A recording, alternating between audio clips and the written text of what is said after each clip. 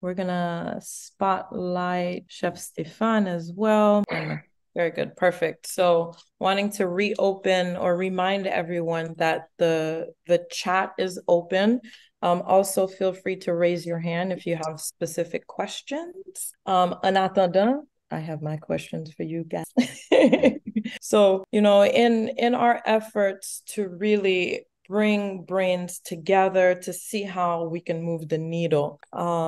When I look at you guys' industries in particular, so the culinary sector and the marketing and communications, film industry, social media industry, what I would love to hear directly from both of you is one, as you guys are you have your agendas, you have your focus, your mission, right? As you're doing what you do on a daily basis, where do you feel that the diaspora as a whole shows up best and supports you along your mission? And also the opposite, where do you wish we would show up better so that you can really achieve what you need to achieve? That's a great question. That's a great way to Very kickstart this difficult question. conversation. I like that. I like it. Chef Stefan, you want to go first? No, I'll let you to the floor. Okay. I'll leave All you the right, no floor on that problem. one. Be No, blunt. Got it. We're not yes, I will. diplomats. We're not government officials. Like, we're here to get to it so we can do better. Be blunt, please. Absolutely, absolutely. Recently it's been like 2 or 3 weeks that I was in France, in Paris, and I had to meet a few people, very important people, and I was actually having this conversation about how the diaspora can connect with Haiti. Well, I just said it. The diaspora has a really strong tie with Haiti for many reasons.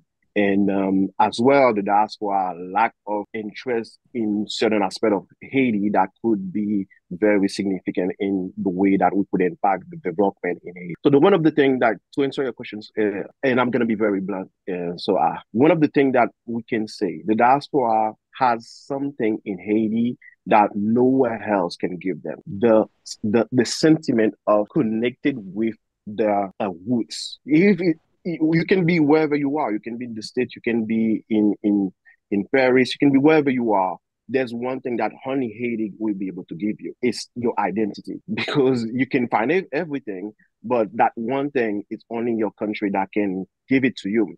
So the diaspora grabs, they love it. They love being Haitian. They love nowadays people are not afraid to say that they're Haitian. So they actually, it's almost a trend on social media to see so many people saying, "Oh, I'm Haitian." To see, for example, one of the posts that actually have drag more engagement on social media are posts from other artists. Like recently, Jason Derulo, he was doing that concert, and he said he's Asian, his parents are Asian, and everybody going crazy, everybody's happy.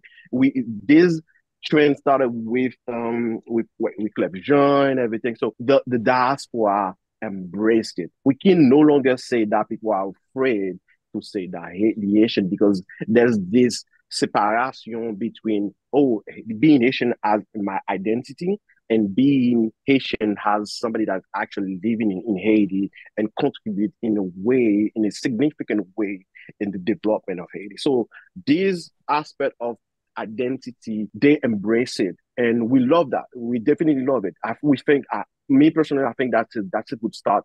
The fact that we can have people freely saying that they Haitian, but it's only half of the work. The other half of it is, as Haitian, what are you doing? Are you Haitian on May 18? Are you Haitian on January 1st? Are you Haitian, zoo and everything? Are you Haitian because you're claiming something, but are you also Haitian in giving back, in projecting, in helping? And I strongly think that many people will say that, the GDP of Haiti is mostly supported by the diaspora, because billion of dollars can yearly be transferred to Haiti from the diaspora.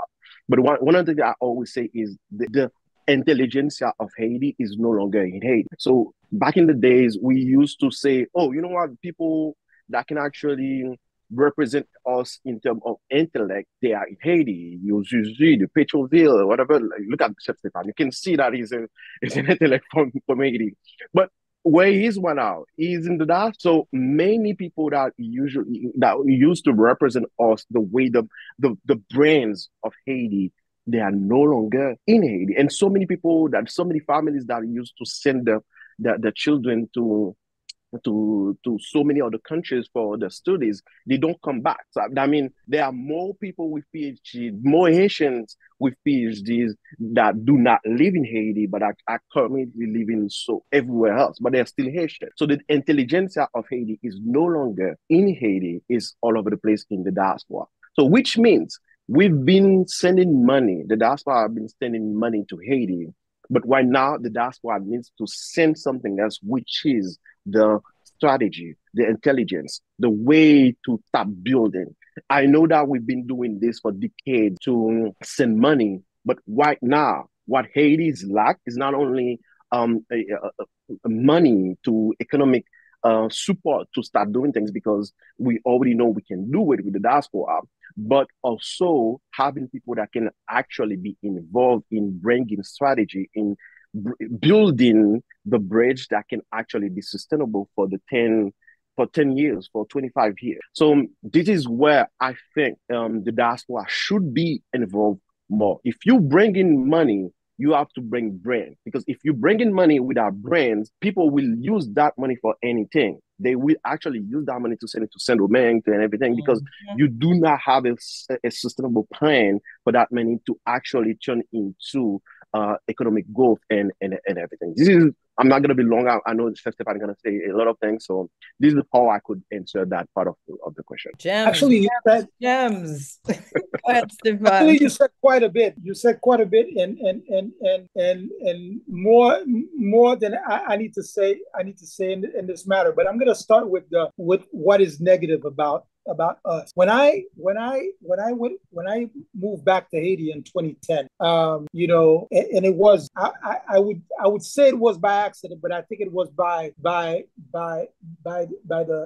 God sending me back to create something that didn't exist. And I said to myself, and I remember, and I have this saying that keeps ringing in my ear from John F. Kennedy: don't ask what your country can do for you, but what you can do for your country. And when I came back, I said, what are the things that I can bring back that can make Haiti better? And one of the things that happened is that I visited the culinary school, the only official culinary school in Haiti that is under the government's administration. And what I saw was a bunch of kids that were passionate about learning, but that didn't have the tools to do the learning that they were supposed to be doing. And when I launched Go Saveur in 2011, one of the things that I did is I took a good chunk of the profits that came from this amazing festival, and I went and I bought a bunch of equipment for that school, because I thought that when I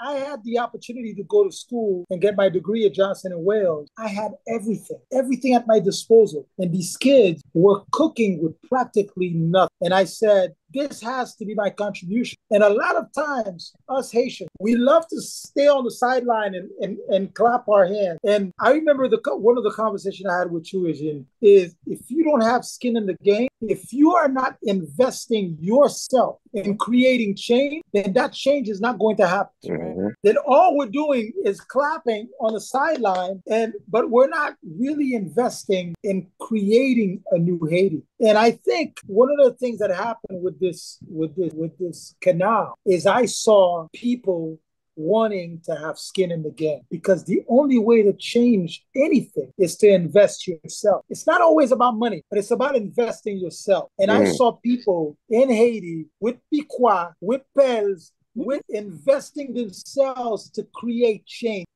And I think that's one of the things that we want to see more of. And for me, going back to Haiti, I finally understood what my mission was, and I understood what my purpose was going. And when I see people like Samuel, who I've gotten to work with, since many times since 2012.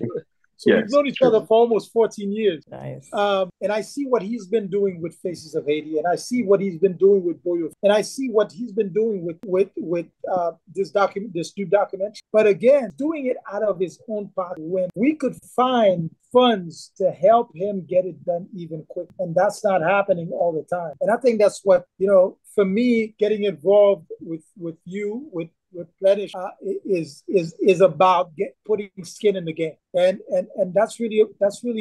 We Yeah, I want to pick up, not really pick up. I want to add something, something that I said when I was in Paris, and I want to say it again. We have two hands. The Haitian, the diaspora, they have two hands, but we use our hands to clap after the job is done. But we need the diaspora to use your hands to build before the job will be done. So we been clapping every time there's something positive happening in Haiti. The diaspora is clapping. Oh, it's about to say, I love it. Oh. But we need My more guys, hands. Exactly. But this is after one thing is done. Chef Stefan, everybody's clapping.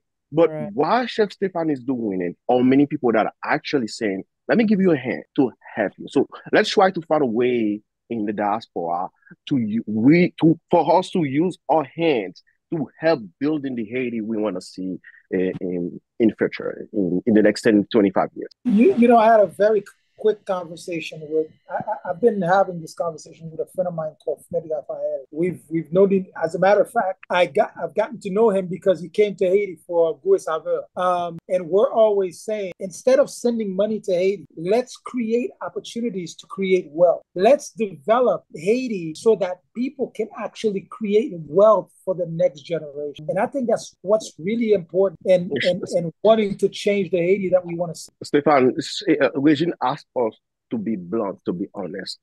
I will wait, and my next statement will be very honest. While we're saying they sound really beautiful, but we know that there are challenges in Haiti as well. We know that I'm Haitian living in Haiti, and I know that as well, how reluctant people have to feel to be supported in a way that is not money-wise from the diaspora.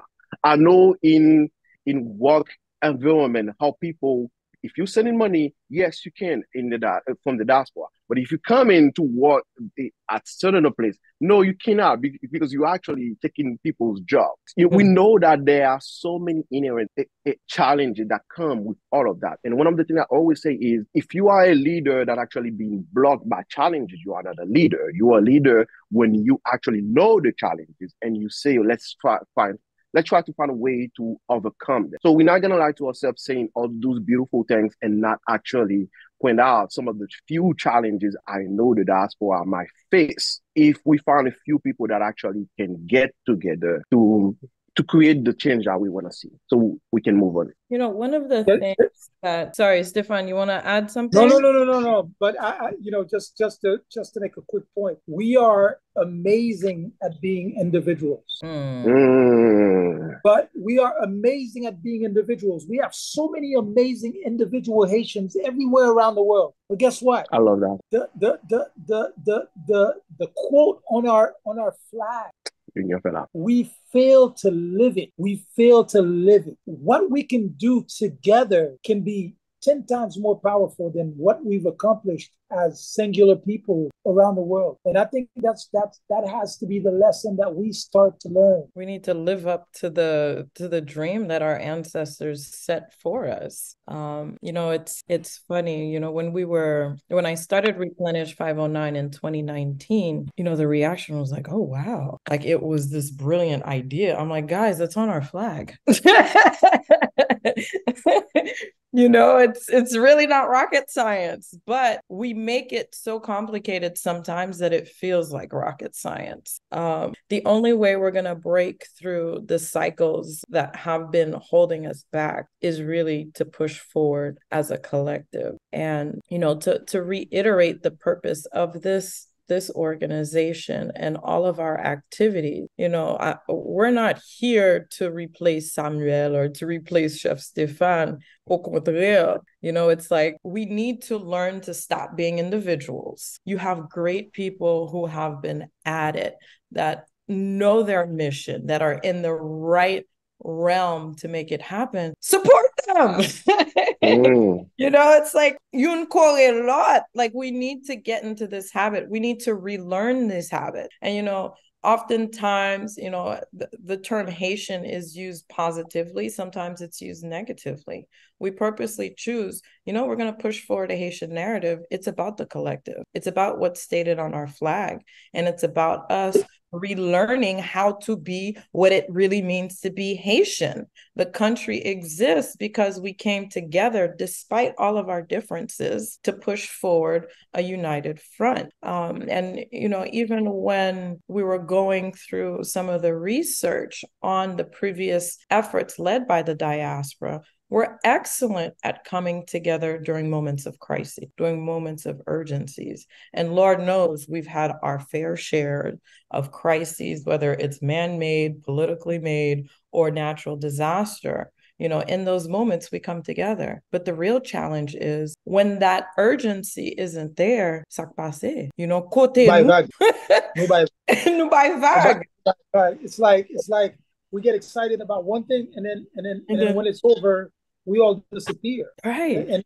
And I love that word, the collective, and which is the reason why when you and I started talking, I was like, Eugene, I'm in, I'm all in.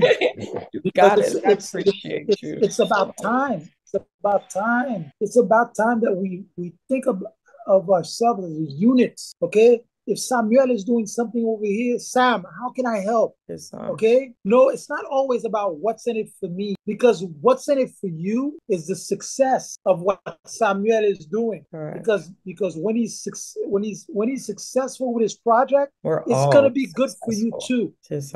We need more of us successful. So when I see Samuel doing something, I'm always calling him. I said, Sam, how can I help? How can I be involved? True. And that has to be the attitude of every single one of us. Samuel should not have to, work do all so of this hard on to, his own. Work so hard to do this on his own. Yeah, it cannot be that way. So, and if we support each other, imagine the stuff that we can accomplish. Jesus. We also can't underestimate the level of effort needed, because we know that, it's with the past decades, like we're fighting against the current. And when you're fighting against the current, you have to build your foundation strong. And then you keep building up, building up, building up. And I think as a diaspora, people who are in positions like, there's a large number of diaspora who are comfortable. They're well established. Yo dans système là, mais we can't forget our Haitian brothers and sisters in the diaspora and in Haiti as well. And so the stronger we can galvanize our power as a unit, we must invest in these institutions that will be pushing forward collective efforts. So I wanted to plant that seed in everyone's mind. I think we have maybe time for maybe 2 more questions to dig deep into it. So I'm going to ask you guys another question. I don't see any questions in the chat yet. Did I miss anything?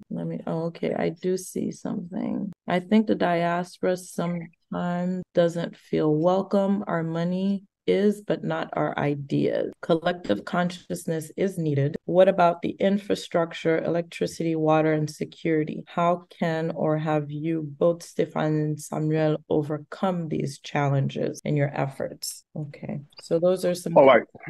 May I answer this? Yes, please. Yes, absolutely. As a Haitian, when you live in Haiti, those things are not only because you are an entrepreneur, you need electricity, you need water. It's every day. It's everybody is facing the same thing. It's not like as an entrepreneur you will have another type of treatment.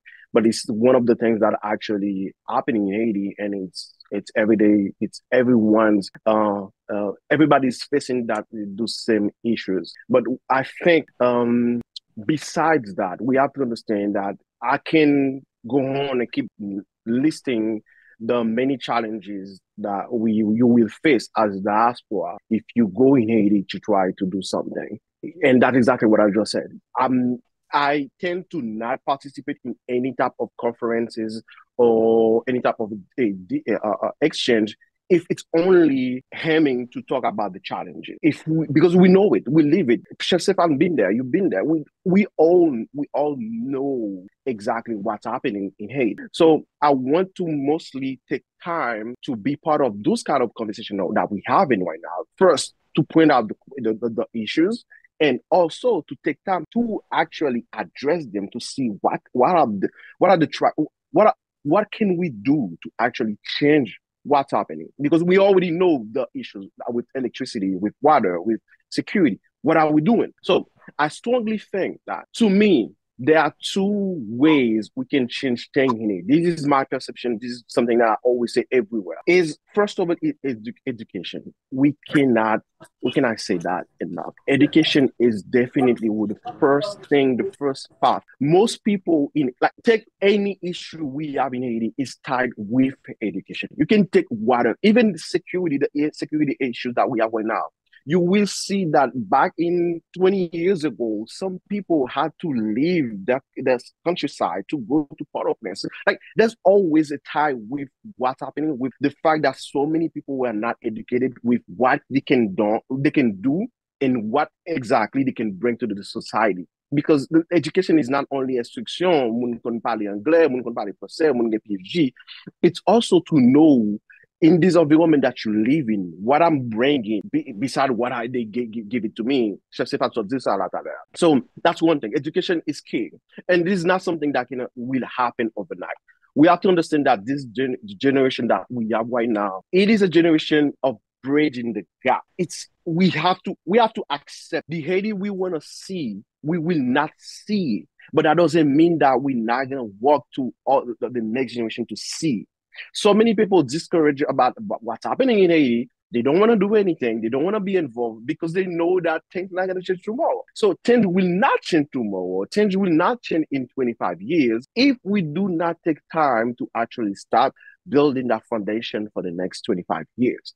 So that foundation is start with education. I'm not talking about only sending people all over the place to have PhDs, but actually to create more opportunities for the people in Haiti to have access to education. So I'm always supporting every initiative on the diaspora. There's Dr. Bedford. We are a good friend right now, and we're working on the documentary for the canal. I love what she's doing because what she's doing is tied with education. That's one thing. The second thing is to actually change things in Haiti, all of the things that we're talking about, and all the diaspora can actually participate, is to make sure that people know when, how, who to vote. We cannot change Haiti if we do not have the right leader. It's impossible. So if we, as people that are actually influencers, that are actually people listening, actually people trust, we have a platform. We don't use this power to make sure that whenever the next election, the next time we electing all, to make sure that we as a leader d'opinion, we do our job to make sure that we can guide people to the right direction and make sure that we create the right framework for people to know that when you come in, we becoming a leader, you actually have to be accountable. You have people that have brain, that looking at you, that are gonna ask you for what are you doing? Give me a report. We have to understand that this is our job as a society, not only to elect people, but to create the right framework to have the right leader. This is all the changes we want to see. For example, I was working at the Ministry of Tourism, and I know that there are so many diaspora that wanted to invest in so many things in Haiti, but the whole process for them to invest was so difficult. People have money, but they don't. They make them suffer. They make I'm gonna let him wait. It's almost on purpose. And this is almost where, I mean, I've been, I'm from New Orleans, but have been in Haiti for 13 years now. And, when I look at that wave of diaspora that came in post-earthquake, and when you look at the doors that were opened for professionals to actually go into government, the will was there, and you felt people coming in, you felt people coming back for the first time in a long time. But there were so many roadblocks. So many, I know.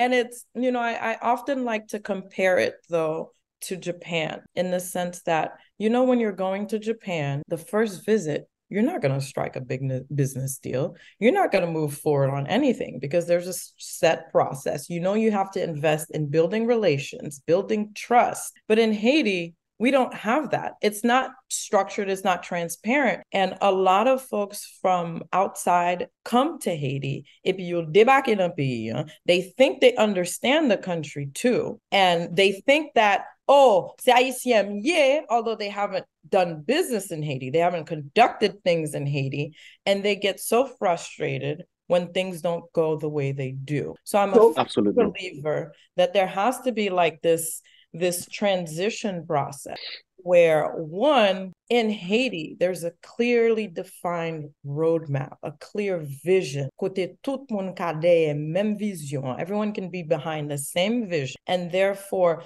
the necessary policies, the necessary efforts, the necessary investment go aligned with that. And simultaneously, your diaspora needs to better understand and connect with Haiti today, not the Haiti that their parents have been telling them about, not the Haiti that their family members also have been traumatized by, because there's a lot of trauma within our community that we need to heal from as well. So c'est pas facile, c'est pas évident, it's complex. We need to accept the level of complexity of our community and make sure that we can build a foundation and open those doors for people to come in and do what they need to do so that that vision can be realized. I'm going to piggyback on both of them. There's one thing that I learned very quick. It's not that, and to answer the question that was asked a few minutes ago, it's not that we don't welcome your idea, but your approach has to be correct. One of the things